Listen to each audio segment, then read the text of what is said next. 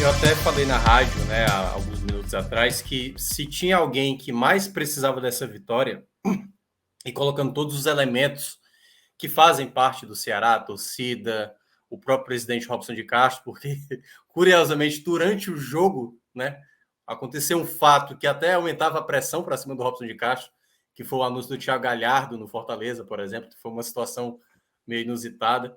E obviamente, jogadores e a comissão técnica, né? Então, de todos que, obviamente, precisavam dessa vitória, né? Cada personagem precisando dessa vitória, a do Marquinhos era mais fundamental, porque ele corria o risco de perder esse cargo, né? A insatisfação, esse debate que a gente fala sobre é pouco tempo para fazer uma análise do treinador, é pouco tempo. Mas também é pouco tempo para um time cair o futebol de maneira tão acentuada como apresentou nos 4 primeiros jogos. Nem assim um treinador tão ruim, quer dizer, só um treinador muito ruim para em 4 jogos fazer um futebol equilibrado como era do Ceará, cair tão de maneira vertical, mesmo como a gente fez aqui ponderações de perda de Mendonça, de não ter tempo para trabalhar, não ter tempo para treinar. Então, em 4 jogos, o Marquinhos perdeu muitas cartas de início, né? Um mau futebol contra o Cuiabá, uma partida pavorosa no clássico da jogo de ida da Copa do Brasil e ainda o duelo contra o Atlético Goianiense, que só depois do jogo, e eu falei aqui na segunda-feira, é que ele veio com a frase de observei, diagnostiquei e agora eu vou lá meter meu dedo para modificar. Então, só após 4 jogos, ele tinha dito que iria fazer uma modificação na equipe.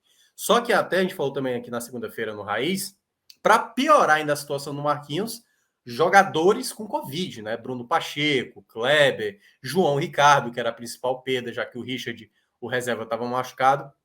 Então, era um problema maior que o Marquinhos teria para um jogo que até mesmo no dia do sorteio, em alguns locais, não sei se eu falei aqui, eu considerava, né, um jogo difícil. O primeiro jogo, no confronto, nos 180 minutos, eu considero o Ceará favorito. Só que o Ceará chegava para esse duelo menos favorito do que na época do sorteio, pelo futebol que vinha apresentando com um treinador sem conseguir mostrar um bom futebol, mas ao mesmo tempo, Celso, com essa dificuldade de jogar numa altitude. Então, se havia uma chance do Ceará perder esse favoritismo no duelo, seria por conta do primeiro jogo. E em meio a tudo que estava atravessando nesses jogos iniciais do Marquinhos, eu acho que pouca gente acreditava que o Ceará pudesse trazer uma vitória jogando lá. Até porque se falava muito, eu cheguei, acho que falar, até participei ontem lá de uma live do Vozão Cast, eu falei, cara, perder por 1 gol de diferença já acho um bom resultado. Perder por 2 eu acho alcançável. Agora, perder de 3 gols de diferença para cima já se torna complicado e aí já se torna praticamente quase como se fosse uma situação insustentável para o Marquinhos Santos, porque vai ter um jogo muito, muito importante contra o Internacional no final de semana.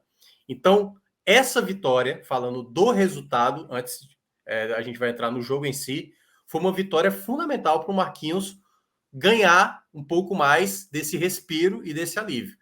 Claro que eu acho que ainda tem parte da torcida que não acredita nele no médio e longo prazo. Eu acho que ainda tem muito torcedor. Não, deu certo nesse jogo. O jogo do Inter, dependendo do contexto, é mais um jogo em casa, é com a torcida, boa parte da torcida do seu lado, e uma não vitória de novo. Já pode vir de novo uma pressão. Então, tem alguns elementos ainda que não alivia por total essa carga para cima do Marquinhos. Mas ela dá um respiro, ele traz um pouco da confiança e, curiosamente, né, o Ceará ele tem um contexto, às vezes, o Léo, e muitos torcedores do Ceará sabem muito bem disso, o Ceará, muitas vezes na história, tem aquele jogo assim, esse é o jogo para vencer. E o Ceará vai lá, empata, tem a proeza de perder, ressuscitar defunto, né? O time que já está na lanterna vai lá, perde por lanterna. E às vezes, quando a situação está totalmente estraçalhada, quando não há assim, perspectiva nenhuma, porque era isso. Perdia por 1-0, tira o Vina no intervalo, e quando tudo parecia, não, agora vamos perder de 1-0 que tá bom, o Ceará foi lá e conseguiu a vitória. Tal qual, por exemplo, tinha empatado com o Flamengo. Um jogo onde também o Ceará não tinha muitos jogadores. Então, assim, o Marquinhos ele conseguiu um resultado que pelo menos o garante de uma maneira um pouco mais confiante, né, com o seu elenco para o próximo duelo que vai ser da Série A. E, de uma certa forma, ele conquista um resultado, Celso, que encaminha, não que está classificado, mas que encaminha o Ceará para uma vaga de quartas de final de torneio internacional que só o Bahia até agora conquistou. Só o Bahia do Nordeste, eu posso estar enganado, né? O Cássio aqui poderia estar me ajudando. O Bahia chegou nas quartas de final, tanto da Sul-Americana como também da Libertadores, né? E o Ceará pode ser a segunda equipe do Nordeste a conquistar isso. Claro, Fortaleza também joga amanhã, mas o jogo do Fortaleza é bem mais, né, pesado, né, em frente aos Estudiantes. Mas o Ceará deu um grande passo e o Marquinhos, eu acho que ele soube trabalhar bem hoje, entendeu? Ele não cometeu nenhum tipo de equívoco, até mesmo acho que teve um foco melhor para a partida, deu para ver um time um pouco mais organizado, talvez por conta das perdas que o Ceará teve, esse nível de atenção mais alto ficou mais perceptível durante o jogo, né? O time muito mais atento, embora o Ceará sentiu, deu para ver que o Ceará segurou muito no primeiro tempo, né? Isso, e depois no segundo tempo deslanchou. Então, acho que foi uma vitória muito importante, né?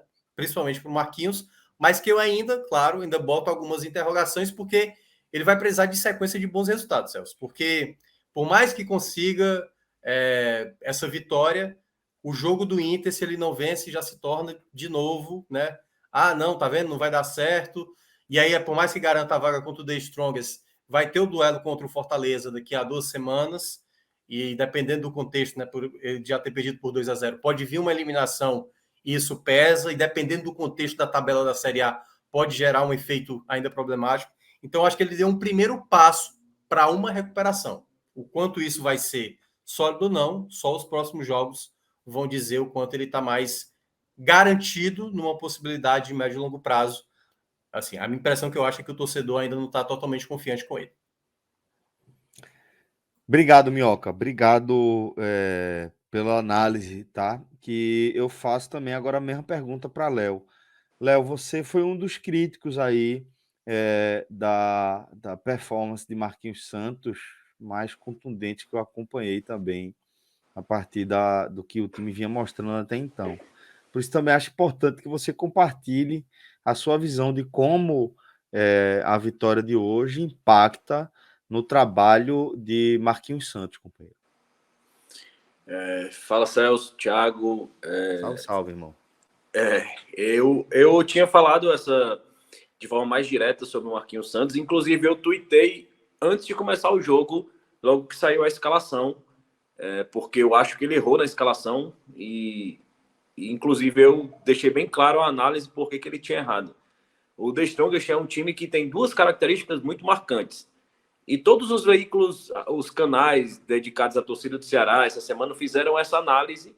E a gente fala assim, são analistas amadores, advogados, professores, jornalistas, de outras áreas que não são profissionais do futebol. Mas todos destacaram a mesma coisa, que o The Strongest é um time com a bola aérea ofensiva fortíssima e uma bola aérea defensiva muito fraca, muito falha. Tanto que os 5 gols que eles marcaram contra o Atlético Paranaense foi de bola aérea. Então era uma coisa que se sabia. E a escalação inicial do Marquinhos Santos, ele tanto deixou o time mais baixo em estatura, né? Colocou o Eric, colocou o Giovani, que é um volante que não tem poder de marcação e ao mesmo tempo é baixo, tem baixíssima estatura. Então o time perdeu estatura, já não tinha o Kleber por conta da Covid, e ele optou por não iniciar com o centroavante de ofício, como o Zé Roberto ou como o Peixoto, que estavam à disposição, né? E colocando o Vina lá naquela posição de falso 9.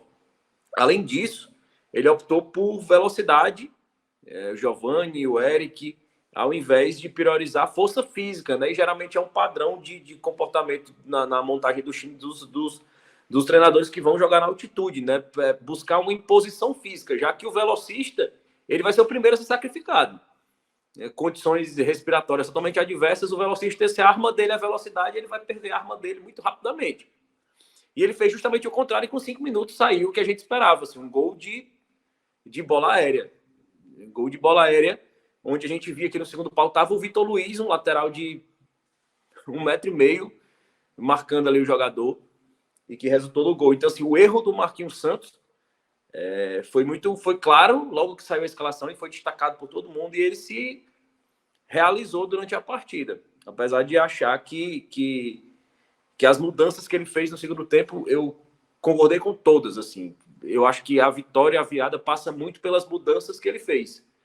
E eu tinha feito no último telecast do empate contra o Atlético Goianiense justamente essa análise que não existiu um recorte de futebol em nenhum dos jogos do Marquinhos Santos, né? Apesar dele ter apontado o primeiro tempo contra o Cuiabá e o primeiro tempo do Clássico da Copa do Brasil como bons na visão dele, muito bons na visão dele, e foram de futebol muito abaixo da crítica. E eu falava isso, assim, porque não é nem sequer buscar uma evolução, assim. O time não teve sequer um lampejo de bom futebol. E hoje o primeiro tempo do Ceará, já no primeiro tempo, já tinha sido o primeiro lampejo de futebol do Marquinhos Santos, assim. E sem desconsiderar a fragilidade do adversário, mesmo na altitude. Era um time que, mesmo jogando na altitude, cedia muito espaço ao Ceará. Então, o Ceará do Marquinhos Santos, que não conseguia trocar 3, 4 passes, ele tinha espaço para trocar passes com tranquilidade. Assim, você via os volantes do Ceará tendo muito espaço para conduzir a bola e não foram mais produtivos ofensivamente por próprio momento deles. Assim, o Richardson perdeu muita bola boba, o Sobral, mais uma partida péssima do Sobral.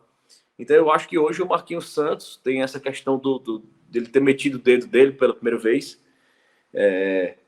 Eu acho que não foi uma partida onde a gente considera que, apesar da vitória, que o treinador foi determinante, se foi muito bem na partida. Hoje teve o dedo do Marquinhos Santos.